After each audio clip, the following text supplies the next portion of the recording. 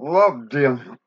Kā jau jūs redzat, mēs atrodamies Rīgā, kuru es jau agrāk uzskatīju par skolēna un skolotāja mākslīgā intelekta rīku numur 1. Un šis rīks, kā jau jūs redzat, saucat Notebook LLM. Esmu par šo rīku runājis vairākos savos video. Un vakar šim rīkam parādījās jaunums, kas, manuprāt, kas atkal maina iespējas, kas atkal maina veidu, kā mēs varam mācīt. Un par ko ir runa? Ja mēs aizejam, redzam, ka man te ir uztaisīts milzīgi daudz dažādas piezīmju grāmatas, un es paņēmu vienu. Tātad šeit, kā jau es esmu vairāk kāds atzīst piezīmju grāmatā, es varu salikt visu kaut ko tur dokumentus, prezentācijas, saites, YouTube klipus vai pat iekopīt garu tekstu. Ko šis nozīmē?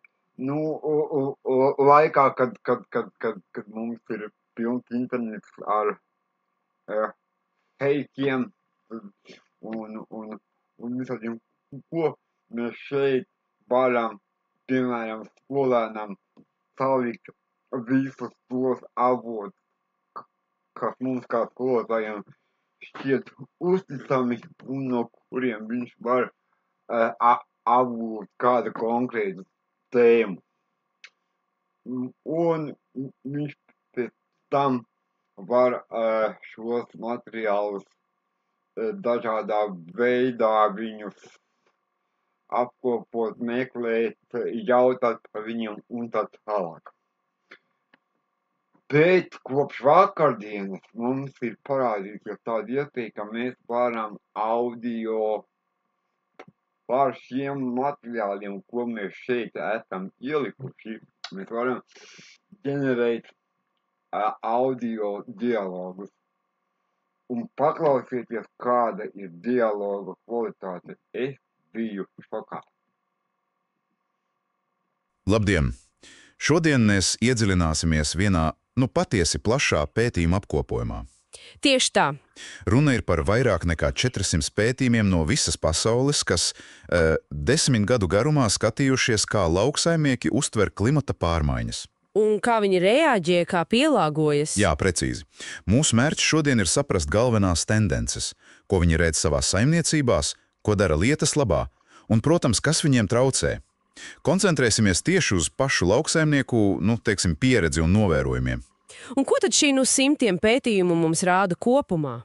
Pirmā lieta, kas, manuprāt, ir diezgan skaidra, pārliecinoši vairākums aptaujāto lauksaimnieku visā pasaulē atzīst, ka klimata... Un dzirdot šādu kvalitāti, es jums teikšu godīgi, mans žoklītis atkārās. Tas nozīmē, ka mēs varam šeit salikt jebkādus materiālus, tiekam jebkādā valodā, angļu, vācu, krievu, ķīniešu, korejiešu, palestīniešu, jebkādā, un no šiem materiāliem uzģenerēt garu dialogu audio formātā. Jā, viņam ir gan dienas ierobežojumi, kad viņš dienā ar kādus 3 vai 4 šos dialogus uztaisīt, bet tas ir pilnīgi pietiekami. Tā kā jā, šo es jums noteikti iesaku pamēģināt, tas ir pilnīgi bez maksas un jā, tas ir lietājums. Es jau jums arī agrāk rādīju, ka bez visa šim visam varam taisīt arī prātojuma schēmas. Ja mēs šeit varam ielādēt līdz pat 50 avotiem, jo to var uztaisīt, izrādīt. Un, jo būs vairāk avoti, jo attiecīgi garāks būs arī šis te dialogs. Prātojumu schēma, ja tā ir tā pati mūsu vecā mīļā domu karte, arī jau iepriekš jums rādīju, viņš ļauj mums no šī dokumenta izveidot domu karti. Un, ja mēs šeit uzlikstam šādi, un tālāk viņš var virināt. Jā. Un šo domu karti var automātiski lejuplādīt savā datorā kā attēlu. Ļoti skaisti. Bet vēl viena jauna lieta, kura bija parādījusies, ko man šķiet jums arī nebiju rādījis, aiziesim uz slēpumu un paņemsim izveidot jaunu piezīmju grāmatu.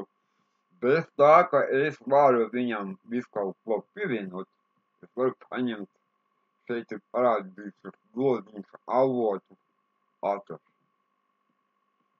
Es nopiešu, ka šeit ir šo pogu avotu atrašana, un ierakstu, par kādu tēmu es vēlos uzzināt. Piemēram, ierakstīsim mākslīgais intelekts pamatskolā.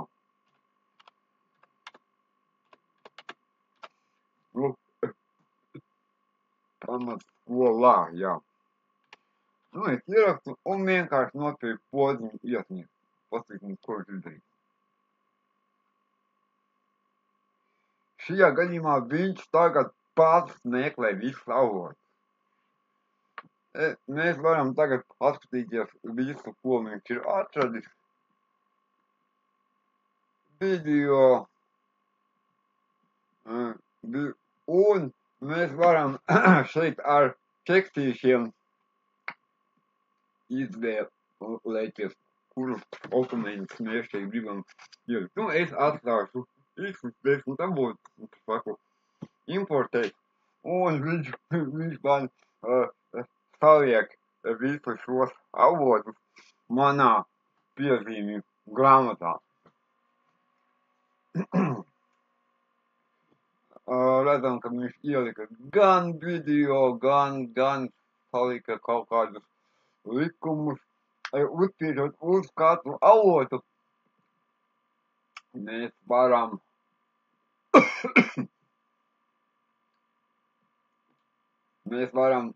tikt pie paša avotu satura, pie kā viņš pašu avotu uzreiz uztais viņam satura rādītāju. Un šeit mēs tiekam pie visa šī te avota satura. Šo es esmu šķiet. Lūk, viņš man tagad pilnīgi visus avotus ir ielicis. Protams, kā pirms mēs liekam šos avotus priekšā, mēs pārbaudam, vai, un, jā, es tev esmu savu dienas limitu iztērējis, un tīši teorētiski viņš ar visiem šiem avotiem var uztaisīt mums audio dialogu. Jā, ka arvien biežāk izvēļot domāt par tēmu, ja šādas iespējas būtu laikā, kad mācījos es. Jā, tās tik ir iespējas. Mēģinam paskatīties, kā šis strādā, un es domāju, ka konkrēti šis rīks jau ļauj mācību procesu reāli padarīt, padarīt individuālu gandrīz katram skolānam.